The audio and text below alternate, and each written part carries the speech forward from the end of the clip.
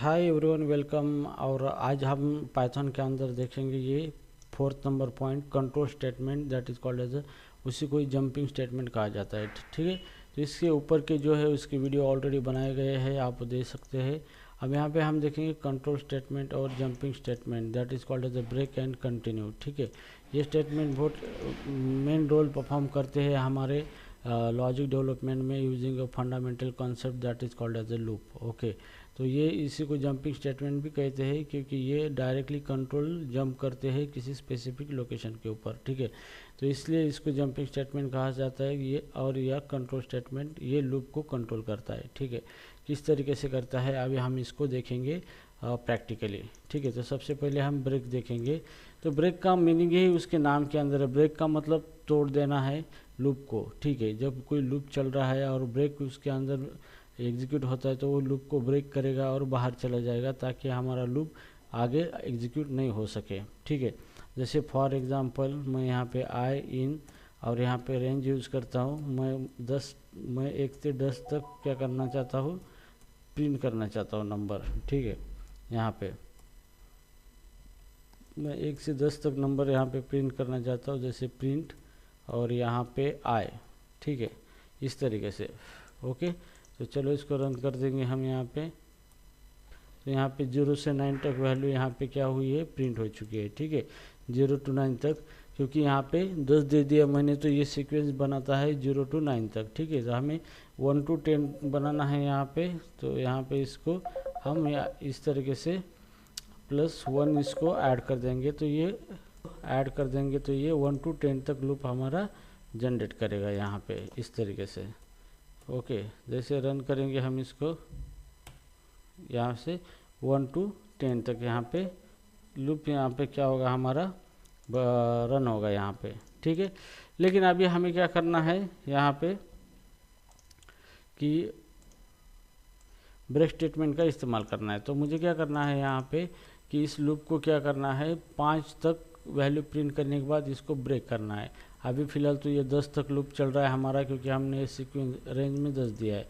तो आप बोलेंगे कि यहाँ पर आपको 5 दे देंगे तो 5 तक चलेगा, ऐसा ठीक है। लेकिन कुछ सिचुएशन आती है, तब तक हमें एक सर्टेन कंडीशन तक ही लूप चलाना पड़ता है। वो कंडीशन आ गई तो लूप ब्रेक करना पड़ता है। ठीक है, तो मैं यहाँ पे ब्रेक किस तरह से वर्क होता है ये यहाँ पे मैं आपको सिखाऊंगा यहाँ पे। ठीक है, तो ये लूप 10 तक चल रहा है, तो हम इसको क्या करेंगे, इफ़ यहाँ पे i is equal to 5th, i अगर 5th होता है यहाँ पे, तो मैं यहाँ पे क्या करूँगा, इसको ब्रेक करूँगा। ठीक है, सॉरी यहाँ पे 6 होता है i, तो i अगर 6 होता है तो ये लूप को क्या करेंगे, ब्रेक करेंगे। अगर नहीं होता है यहाँ पे तो हम इसको यहाँ पे प्रिंट करेंगे, प्रिंट, और इसके अंदर लिखेंगे i की वैल्यू। ठीक है, तो यहाँ पे क्या होगा, ये हमारा लूप कब तक चलेगा, जब तक i नॉट इक्वल टू 6 है तब तक, मतलब 0 to 5 तक आउटपुट आ जाएगा।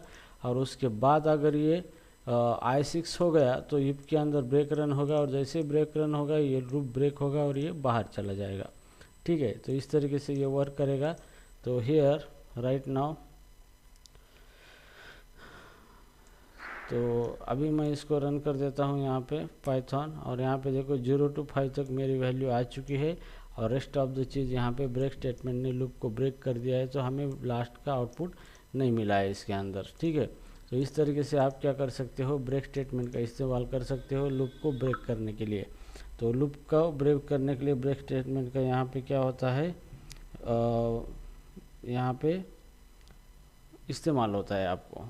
ठीक है, तो ब्रेक स्टेटमेंट का इस तरीके से इस्तेमाल होता है, इसीलिए इसको कहा जाता है जंपिंग स्टेटमेंट या फिर कंट्रोल स्टेटमेंट। मतलब ये लूप को कंट्रोल करता है, और जब भी ब्रेक यहाँ पे आता है तो लूप को ब्रेक कर देता है यहाँ पे। ठीक है, तो ये हो गया ब्रेक स्टेटमेंट के बारे में यहाँ पे।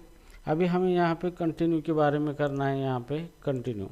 ठीक है, जैसे फॉर मैं आई इन एक रेंज देता हूँ, रेंज, और रेंज के अंदर मैं यहाँ पे 10 देता हूँ यहाँ पे। ठीक है, तो ये मेरा लूप चल रहा है 10 तक। ठीक है, 0 to 9 तक ये मेरा लूप चलेगा।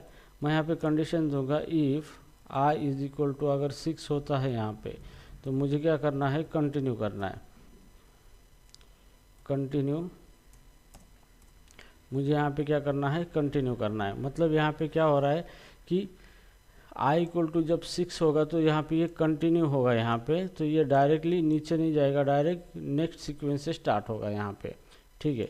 और जैसे भी यहाँ पे मैं प्रिंट करूँगा प्रिंट, और यहाँ पे प्रिंट करूँगा आई की वैल्यू, ठीक है। तो यहाँ पे प्रिंट करूँगा आई की वैल्यू, तो जैसे भी यहाँ पे क्या होगा कि आई की वैल्यू जब तक 6 नहीं होती तब तक 0 to 5 तक आई प्रिंट होता रहेगा। आई की वैल्यू जब तक 6 होती है तो लूप कंटिन्यू करेगा और नेक्स्ट इटरेशन से कंटिन्यू करते रहेगा जब तक ये लूप सीक्वेंस ख़त्म नहीं होते तब तक। तो जैसे भी कंटिन्यू मिलेगा तो ये नीचे नहीं जाएगा, डायरेक्टली यहाँ से यहाँ तक जंप करेगा और यहाँ से नेक्स्ट लूप इटरेशन स्टार्ट होगा आपका, ठीक है। तो इस तरीके से आपका कंटिन्यू स्टेटमेंट यहाँ पे वर्क होगा। तो जैसे मैं पाइथन यहाँ पे करूँगा तो यहाँ पे देखो 0 1 2 3 4 5 तक यहाँ पे आउटपुट आ चुका है हमारा। मैं इसको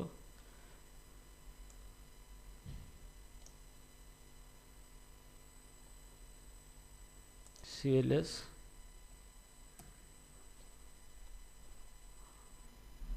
और यहाँ पे for I in range 10, okay, ये आई इक्वल टू 6 है तो यहाँ पे कंटिन्यू करेगा यहाँ तक, और हमारा आउटपुट आ रहा है यहाँ पे 0 1 2 3 4 5 7 8 9, ठीक है। तो इस तरीके से यहाँ पे मैं कंट्रोल एस करूँगा। इफ़ आई इक्वल टू 6 है तो 6 होने से पहले यहाँ पे कंटिन्यू होने से पहले आई की वैल्यू CLS करके मैं इसको प्रिंट कर दूँगा पाइथन, ठीक है। तो ये सेव नहीं हो रहा है शायद, इसको मैं सेव कर दूँगा यहाँ पे इस तरीके से, कंट्रोल सेव ऑल सेव।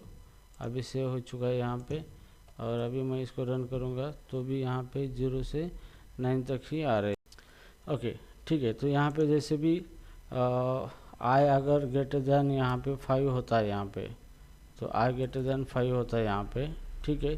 तो यहाँ पे ये क्या करेगा, कंटिन्यू करेगा आगे जाके, ठीक है। तो चलो इसको रन कर देंगे हम यहाँ पे CLS, और यहाँ पे देखो 0 to 5 तक यहाँ पे मेरी वैल्यू आ चुकी है। मतलब यहाँ पे जब तक आई ग्रेटर लेस देन 5 है तब तक आई की वैल्यू यहाँ पे प्रिंट होगी, और जैसे भी आई 5 के आगे निकलेगा तो यहाँ से ये कंटिन्यू करेगा ये लूप को और अंदर आएगा, फिर आई की वैल्यू 5 से आगे तो फिर कंटिन्यू करेगा, फिर यहाँ से स्टार्ट होगा। इस तरीके से जब तक एंड नहीं होता तब तक यहाँ पे ये कंटिन्यू स्टेटमेंट क्या करेगा, इसको आगे भेज देगा नेक्स्ट इटरेशन के लिए, ठीक है। तो यहाँ पे हमारा आउटपुट सिर्फ 0 to 5 ही आएगा, क्योंकि हमने यहाँ पे कंडीशन ही दी है कि जब तक 5 से कम है तब तक ही हमारी ये प्रिंट होगी। अगर जब तक 5 से आगे निकल गया है आई की वैल्यू तो यहाँ पे फिर कंटिन्यू होगा, नीचे नहीं जाएगा। कंटिन्यू का मतलब लूप फिर से स्टार्ट होगा नेक्स्ट इटरेशन से नेक्स्ट नंबर से, और वो नंबर आई के अंदर चला जाएगा। तो हर बार वो नंबर बड़ा ही होगा 5 से, तो कंटिन्यू स्टेटमेंट लास्ट तक एग्जीक्यूट होगा और हमारा यहाँ पे सीक्वेंस आ जाएगा नंबर का 0 to 5 आ जाएगा यहाँ पे, ठीक है। तो इस तरीके से हम यहाँ पे लूपिंग स्टेटमेंट का इस्तेमाल कर सकते हो आप कंट्रोल स्टेटमेंट का इसके अंदर, फॉर लूप के अंदर, यहाँ पे लूपिंग के अंदर। तो ये आप व्हाइल लूप के अंदर भी कर सकते हो और फॉर लूप के अंदर भी कर सकते हो, ठीक है। So guys, I hope you understand this concept of a continuous statement in a for loop and break statement. Okay, thank you so much for watching.